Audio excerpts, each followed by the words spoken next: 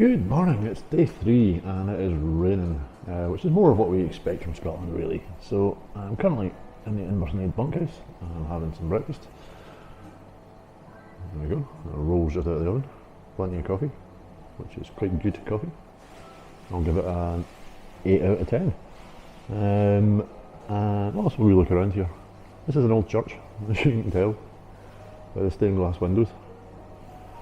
It's actually quite cool. There's a graveyard out at the back, so if you if you want to spend a wee bit of time next to the dead, then this is the very place to come. Slept like the dead myself, so it's a bit off the track. It's probably about nearly a mile up a hill after you finish the walk, but aye, it's not a bad wee place. So, Rob Roy McGregor,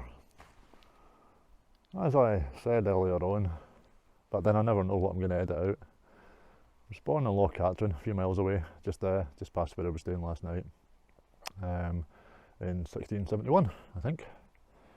And the McGregors were kind of a clan that had a checkered history, would be a fair way to say it. The backdrop here, you can see, it's just a bundle of rocks, right? But down there, it's Rob Roy's cave. Now, whether or not Rob Roy ever stayed there, probably not. See, the thing is, this was McGregor country at that time. There would have been lots of McGregors. And whilst Rob Roy was, for a chunk of his life, an outlaw, pretty much all of the McGregors were prescribed. You weren't at that time allowed to actually call yourself McGregor, on pain of death. Or Gregor, actually. So, Rob Roy would have grown up, used his mother's name, which was Campbell. So it would have been Robert Campbell. And at the age of 18, he joined the first Jacobite rebellion under Bonnie Dundee with his dad, and they went away and fought in that. Probably didn't do him any more favours with the government of the time, or indeed, yeah, well, they wouldn't have been kindly looked upon by the authorities. So after that, he was a cattle seller, which is a bit of a euphemism, because as we saw from the walk up here on day 1, Connick Hill and the view up along Loch Lomond, this is hill country. I mean, I'm pretty much telling you something that you already know, but I mean, look, it's no easy country. But just down the way, down there, it's flat. So what used to happen is that the people from this area, the McGregors, the Cahoons and a few other clans, is they would make deals with Highlanders further up north who were driving their cattle down to market in the lowlands. And these people here would kind of be middlemen almost. They would pick up the cattle, they would drive them down, and they would sell them, and then they would give the Highlanders their whatever they were due. I kind of imagine that must have got ripped off quite a lot, but anyway, be that as it may. But the people here also had a wee bit of a sideline, which was to raid into the lowlands, which were, let's just say, peopled by gentler folk. Nick their cattle and hoof them back up into the hills. Now, they'd do that, but they would also have essentially extortion, like a protection racket really. They'd say, nice cows you've got there, it'd be a shame if anything happened to them. So, that happened. In fact, I believe the actual English word blackmail comes from Gaelic, so it tells you something right there. Although, this is extortion rather than blackmail. But anyway, so his cattle dealing kind of went a wee bit wrong, and he ended up vastly in debt through, it would seem, not entirely any fault of his own, and he became an outlaw. And there's all sorts of stories about Rob Roy's time as an outlaw. He became a folk hero. Like most folk heroes though, there's tales of, taking from the rich and giving to the poor. It seems very much like Rob Roy took from mostly the rich, on account of the fact that they're the ones that have the money, and gave to Rob Roy. Did he ever hide in caves? I doubt it, because he had other places, better places than caves. but it's a nice story. He later went on to fight in the second Jacobite rebellion. At this point he was quite well regarded as a leader of men, and he was actually leading men to the Battle of Sheriffmuir, which is where that particular rebellion kind of came a cropper.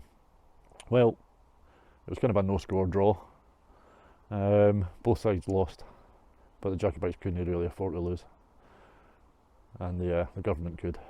So there's a couple other videos about that, by the way, by a guy called Bruce Fummey, whose YouTube channel is called Scottish HistoryTours, I think. I'll link it somewhere in here because he's really, really good. If you've got any interest in Scottish history, he's very funny and he's very knowledgeable. Much better at this shit than I am. So hello, Bruce. Don't know the guy, but I've watched a lot of his videos. So anyway, aye, Rob Roy country. Now, did he die in battle? No. He actually died at the age of 60 odd on his farm. So, not the most heroic way to go, but that is what it is. Let's just say that the Hollywood movie starring Liam Neeson might have stretched the truth just a little bit when it comes to Rob Roy. But it's a good story, and I like stories, so onwards.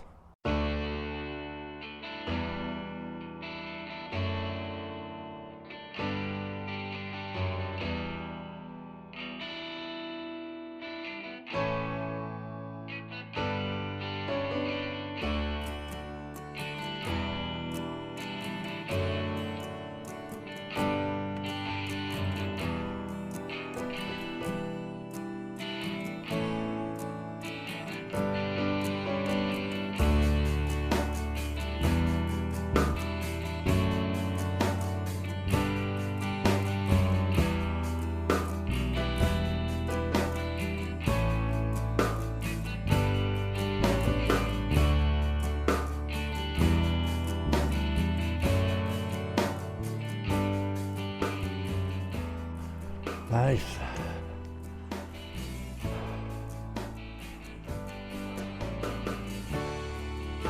Still got a ways to go. I'm quite having fun actually. It's amazing the difference that later bag makes. Might change this tune in a couple of months. Alright, so here's a bit for all the people who have oldie style sleeping mats that are strapped horizontally to their rucksack.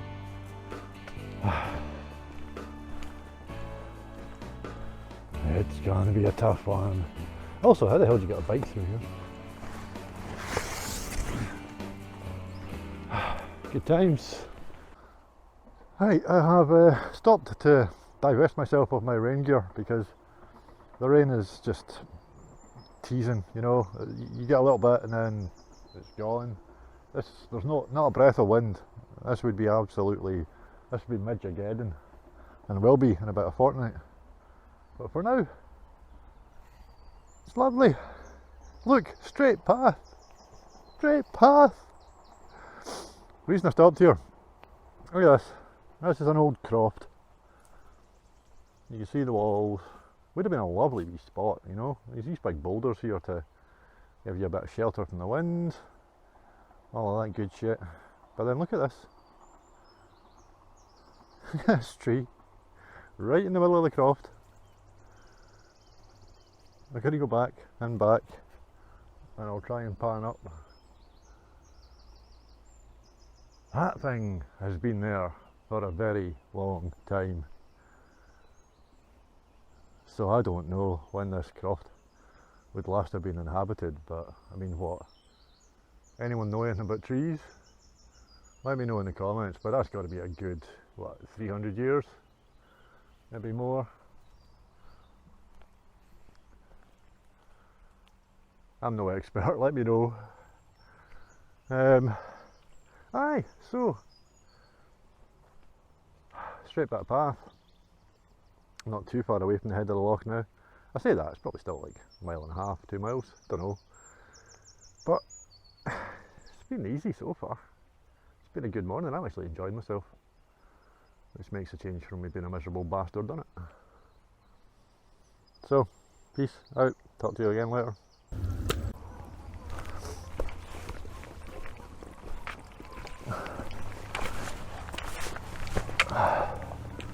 Wouldn't have done that with a heavy backpack on.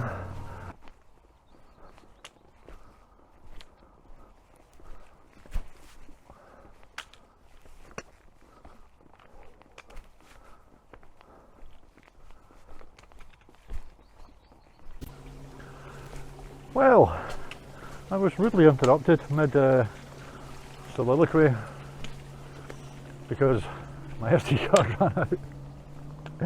Now, that's slightly scary because I started this with about 120 gig on the SD card. And I'm only on day 3, so I need to talk less. And I know I'm going to edit out almost everything anyway. Now, could be because I'm recording this in 2.7K rather than 1080, in the vague and slightly unrealistic hope that if I upload it, well, if I edit it in a higher resolution, YouTube won't butcher it quite so badly. But we'll see. See, this bit would have given me the absolute heaves yesterday.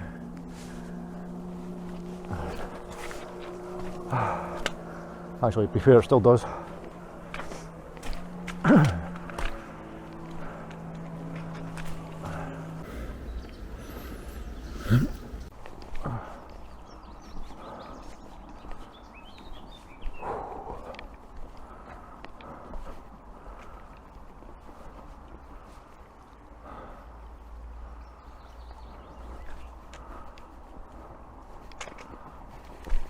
Times like this you wonder, have you come off the path by mistake?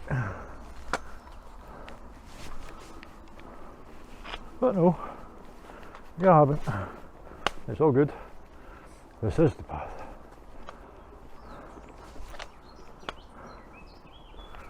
Ooh, holy shit.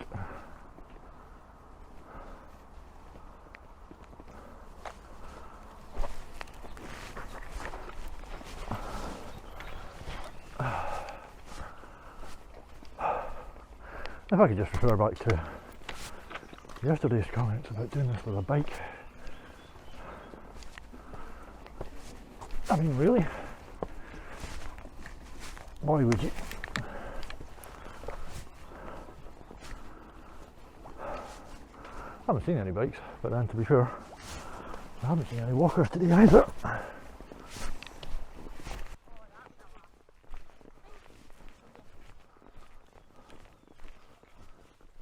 How you doing?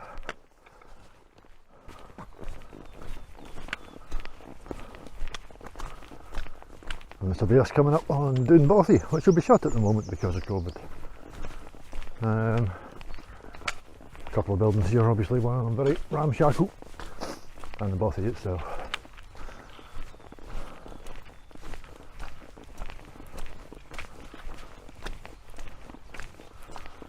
The last point of interest before the end of the walk.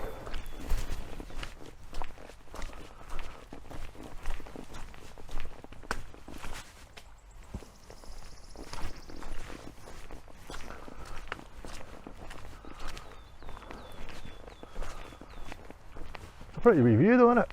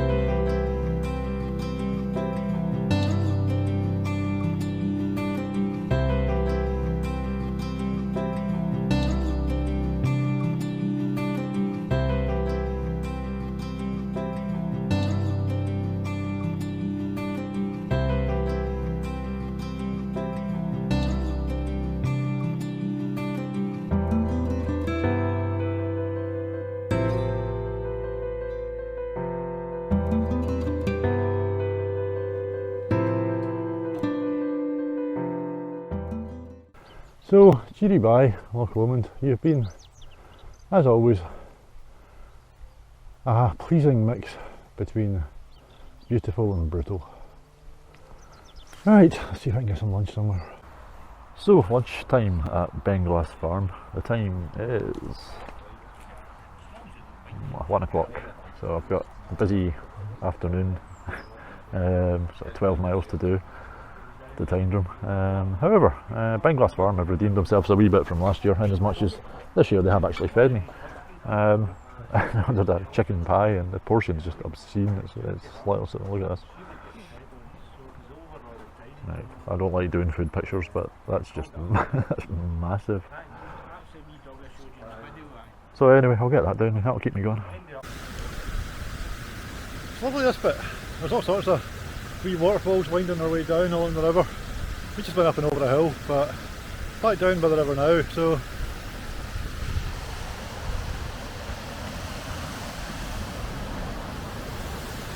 that looks like a grand wee place to have a dip.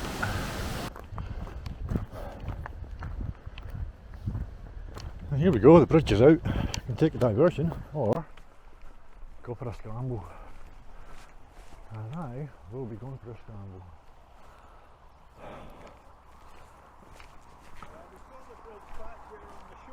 Aye. Yeah, so it looked like it had been washed away. Oh, it's been down for a year, I think.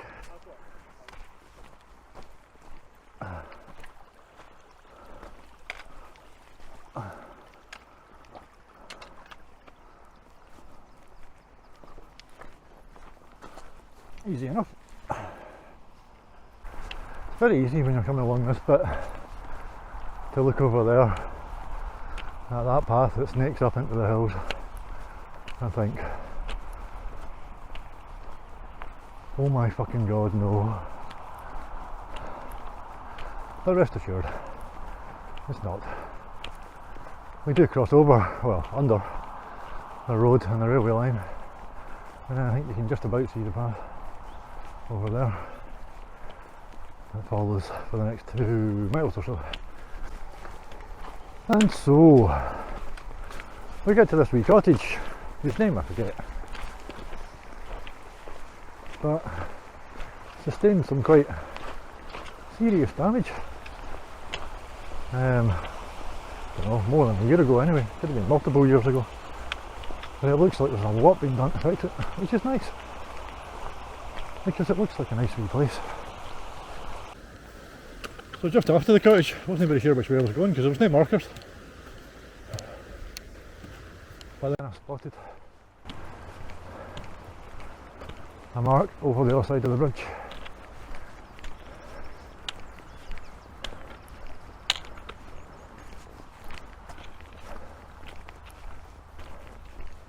That was hard to see, so that goes on to the mistakes that would be easy to make list.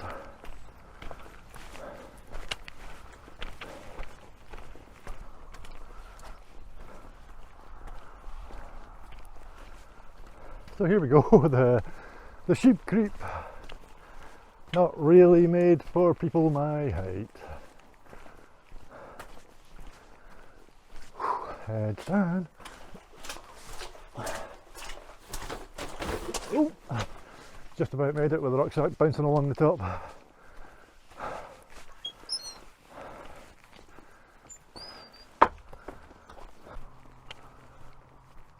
And here we go into the road. Slightly bigger tunnel. Yodelling, oh. You have to. You just have to. I'm kind of tempted to sit there and have my Coke, because somebody's thoughtfully left a chair, but you know, if those are the stakes, I don't want to meet the vampires.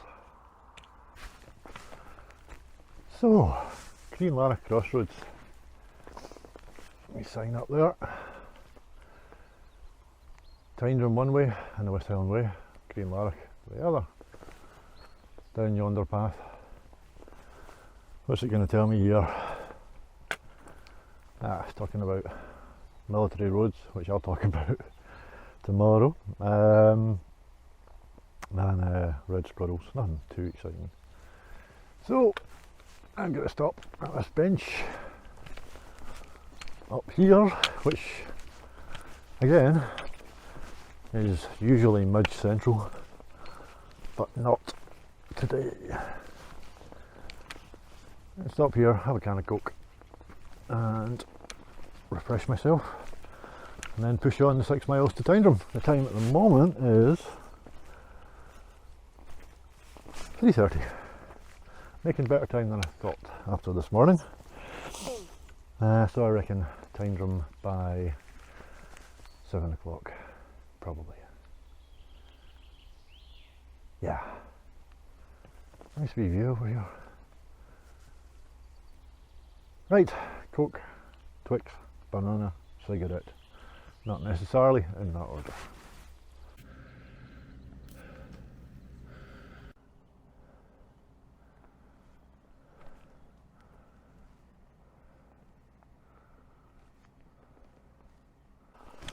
This is just a lovely wee stretch. After the Tea and Larrick split, I know that soon enough we'll be hitting the river and going back under the railway bridge and over the road. I think it's actually a road crossing this time. But this bit of woodland here, just hang on a sec. I don't know if the camera will do it justice, but just thick moss and absolute silence except for the birds, and now me ruining the tranquility by talking. But yeah, quiet. I've already said, you know, the trail itself is really quiet this year. And it certainly is. Barely seen anybody at all. As I say, I did walk a wee bit with a guy earlier on, but he's actually done the West Highland Way run a couple of times. So yeah, he moves fast, and I don't. But I just wanted to come on and say that this little bit through the woods, it's very up and down. I'm actually going down quite a steep slope at the moment, which won't look like a steep slope on camera because it never does. But yeah, this bit's really nice. It's silent. It's green. It's good. I'm enjoying myself. Okay, so finally through that bit of woodland, longer than I remembered it to be, and we're going onto the railway again. It's not a very busy railway, there's only a few trains every day, and then we're going to cross over the road.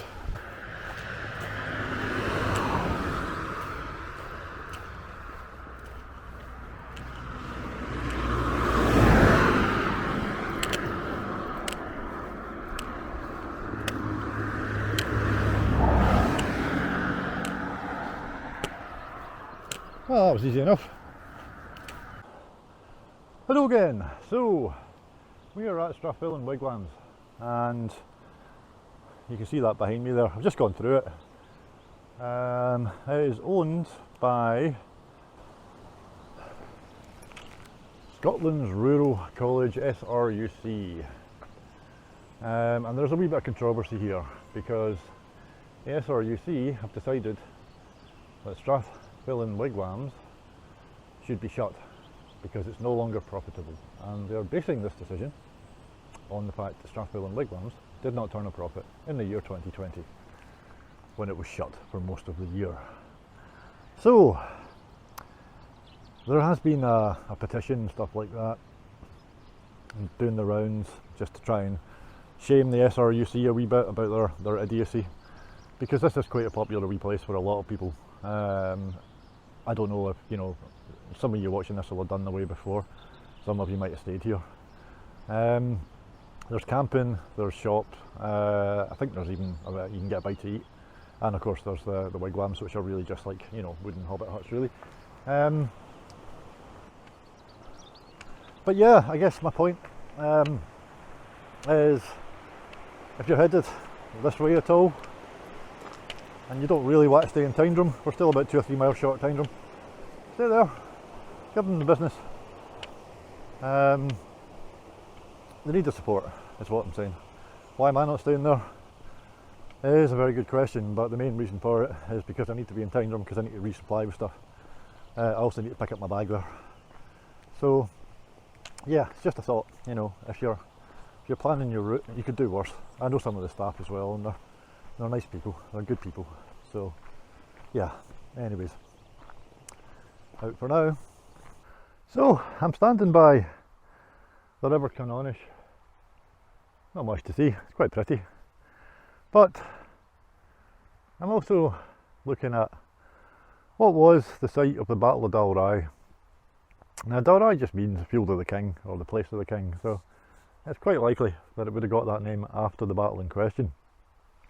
But the year's 1306, Robert the Bruce has just been crowned king, and the English, taking exception to that, sent up an army under the force of Eamon de Valence, was the leader, and they caught Bruce at Methven near Perthshire not long after he'd been crowned at Scone, and they routed his army. It wasn't much of an army, and he fled from Perthshire this direction. He would have come up from that way over there, and he had about 300 men with him at that point. 300 to 500 it said, but a lot of them were wounded, and a lot of the others were camp followers, which has always been one of my favourite euphemisms. So all would have been well. He would have made his retreat, because 300 to 500 men can move an awful lot faster than a bloody army of Eamon de Valence that was pursuing him. But pursuing him, Eamon de Valence was. Now, over here, to the north, was an unexpected surprise, and that was 1,000 clansmen of Clan MacDougall. Now, Clan MacDougall and Bruce had previously got on, until just before the events that we're talking about. Bruce, in one of his classic moments of bloodthirstiness, murdered John Comyn, who was a nephew of the MacDougall clan chief, and also the Comyns were the other main claimants to the throne. So, murdered him in a church as well, which was really frowned upon at the time. I think Bruce was excommunicated as a result. So anyway, you've got 300 to 500 of Bruce's men and women coming up here, and you've got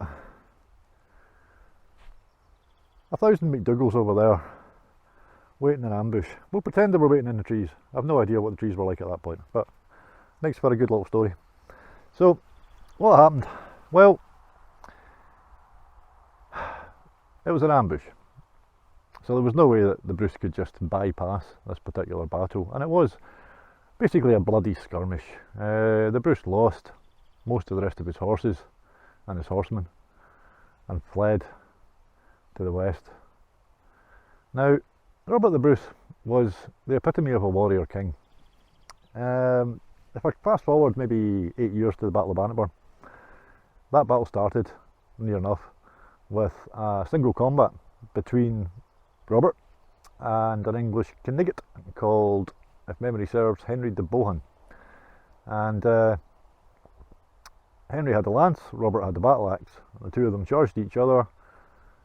The Bruce knocked aside the lance and buried his battle axe in Henry de Bohun's head. So quite a bad day for Henry de Bohun, generally speaking, and everybody that knew him. But quite a good day for the Scottish army, because they were, as usual, outnumbered. And that kind of display from your leader and king can't help but stir the blood a wee bit, one would feel. So, yeah, Bruce was not one to shirk from a fight, and he didn't in this case. So somewhere in this land here, and no one's entirely sure where, it was a long time ago, but somewhere around here, Bruce was fighting a retreat, and he was fighting. He was surrounded by a gaggle of MacDougall axemen, and managed to fight his way clear. I think they were probably trying to pull him off his horse. I mean, a live king is always worth more than a dead one. But what they did manage to do was they did manage to rip his cloak and the brooch that held it off of him. Now, why is that significant? Well, is it significant? I don't know. But the MacDougall clan to this day have a brooch called the Brooch of Lorne, which they claim is the brooch that they took from the Bruce. Now, apparently the Campbells had it for a wee while, gave it back to the MacDougalls in the 1800s, and the clan chief of MacDougall wore it when the Queen visited Oban in 1956, which I think is the last time it's been seen in public. It was dated some time ago, and it was found to be from the 1500s, which rather destroys the legend. But I like to think that a stone, precious stone or something like that, that was part of the original brooch, was transferred over to the old brooch. You got to remember, in the 1500s, the original brooch had already been around for at least 200 years. It was probably a bit battered by then. So I like to think that the Brooch of Lorne, which probably still sits in Dunolly, a couple of miles from where I live, was or contains something carried by Robert the Bruce, because that's a real piece of history. Anyway, I was going to put the drone up for some aerial footage, but A, it's a bit buggered, and B, it's not really going to add anything to the picture here. There's a wee bit, about another mile up here, which relates to this battle as well, but I'll get to that when I get to it, eh?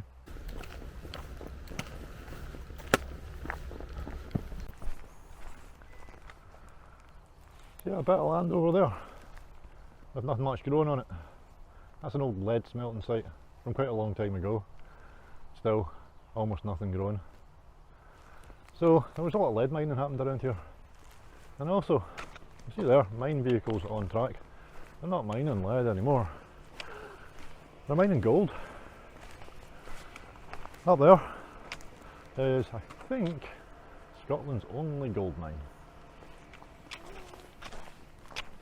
You can correct me in the comments if there's another one, but I'm pretty sure that's the only one. Now, there are places in Tyndrum, which we are at this point about a mile away from, that I believe actually offer you the equipment and a wee bit of instruction about how to pan for gold. So you can go pan for gold in the River Canonish.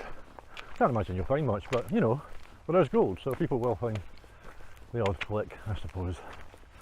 Might be an interesting way to spend time if you weren't walking the West Highland Way, or if you were walking the West Highland Way but unaccountably you got into Tyndrum way too early in the day. But it would be interesting, I suppose, wouldn't it, to have a couple of flecks of gold that you'd mined yourself. Maybe I'll try it someday. Don't think anyone's going to get rich off it. I think even the actual mine is only operational because it has become economically viable rather than it always was. There's been gold mining around here for hundreds of years, just never very efficient. Anyway. Alright, so the last little bit before we get to Tyndrum, another piece of local legend related to Robert the Bruce. This is called the Locking of the Lost Sword, and the story goes that when fleeing the battle with the MacDougalls, Bruce ordered his men to divest themselves of their heavy weapons and equipment so that they could run away faster. Now, having already spoken about how much of a warrior Robert the Bruce was, to the point where I can imagine his advisors must pretty much have always been saying, "Rab, gonny no day that." I think it's unlikely that he would have asked anybody to throw away their weapon, least of all throw away his own. But the story goes that Bruce's sword is in there, despite the fact that it's not even the closest loch to where the battle was. So it's a little bit unlikely. Now, in 2015, there was a team that came here and they used the latest metal detecting technology to do this and the other loch, and they found absolutely hee-haw. So, you know, take it with a pinch of salt. It's highly unlikely that Robert the Bruce would have thrown away his weapons. Do you know, I was just talking about the lead mining and the gold mining around here. One thing about Scotland, it's no iron. never really been any significant iron, and the iron that there is really poor quality. So most of the historical swords, Scottish swords, that you'll find in museums, like the Kelwood Grove in Glasgow, which is well worth a look, most of the weapons there, the steel actually came from Germany. So it's really even less likely that a fleeing army is going to throw away their weapons, because weapons were exceptionally difficult to come by. But anyway, next up, Tyndrum.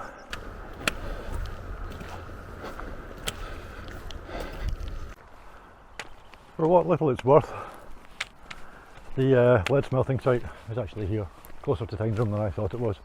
I don't know why that stretch back there was quite so barren. You can see here, this is just poisoned. Such is progress, I suppose. And I see a sign for By the Way, which makes me happy inside. And also a sign for Tyndrum massage. Seen a few of those. Seems like a good idea, doesn't it? Don't think they're going to be open at this time of night. So, home for the night.